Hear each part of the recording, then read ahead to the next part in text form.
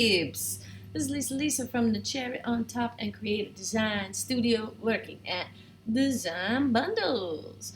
I'm showing off a template. I just started and I got rid of a few pieces. Oh, let me go ahead and just undo everything then maybe.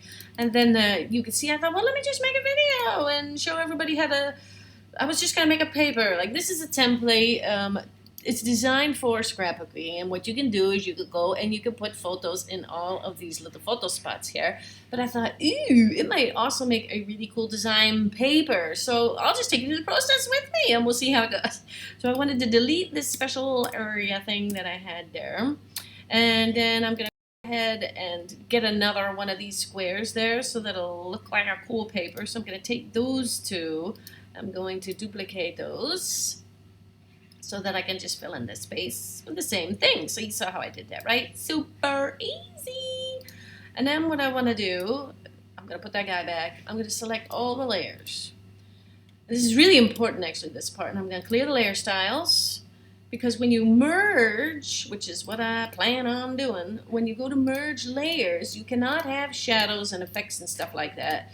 Or, oh my gosh, you should see, it really comes out a mess. So a lot of times people do it and they didn't know, like me in the first time too. I'm like, why do I have this crazy haze all around my elements and around my papers? And it was because I merged layers while I had effects on them. So get rid of those effects and then you can add them again. Look, we'll go ahead and add them again. So you saw that I cleared the layer style. I'm going to go to my effects. I'm just going to add a simple shadow to all of them. See, boom! I love how shadows lift right off the page. Now look, I went from, I don't know how many layers I should have counted to 1, 2, 3, 4, and then the background.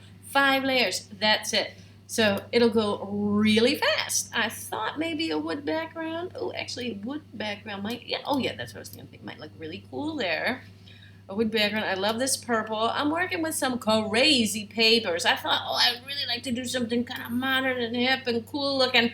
Whose papers can I use besides my own? Always showing off my own stuff. And I thought of my gal, Cindy, from Art and Life Scraps. She's got really cool stuff. I mean, look at that. This is really unique and interesting things. So this is what we have so far. Wow, that's kind of cool already. And then I need a little bit of something on the outside. I still have 2 layers. Boom, bada bing. This paper looks great too, and so does that one. This one really brings it all together. Neat vintage paper.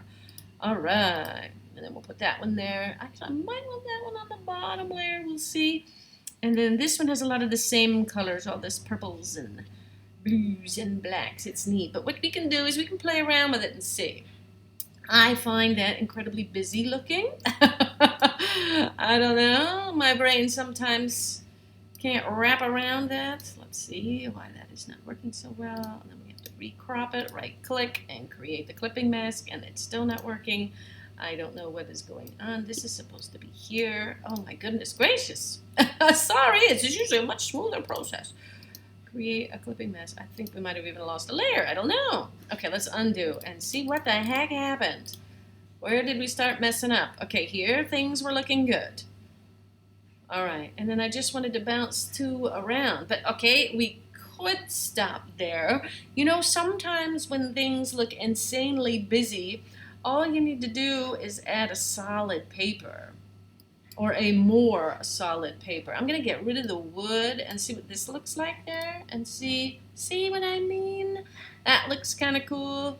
And when you repeat colors and patterns, it can also bring things together a little more. For instance, let's just repeat what we just did there and then put it over this beigey antique paper that I really like. See how it looks a little bit less busy and it looks a little more cohesive.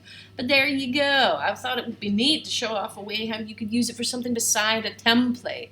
Now you see how you can go ahead and make design papers with it. You can get rid of layers. Maybe you don't want that layer there. There.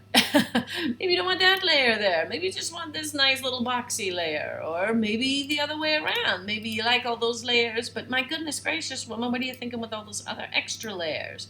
And you want to do something just like that. That's pretty cool too. Let's get rid of that and see what that looks like. See, you can really bring it down if you want. And of course, you can adjust shadows and all that kind of stuff.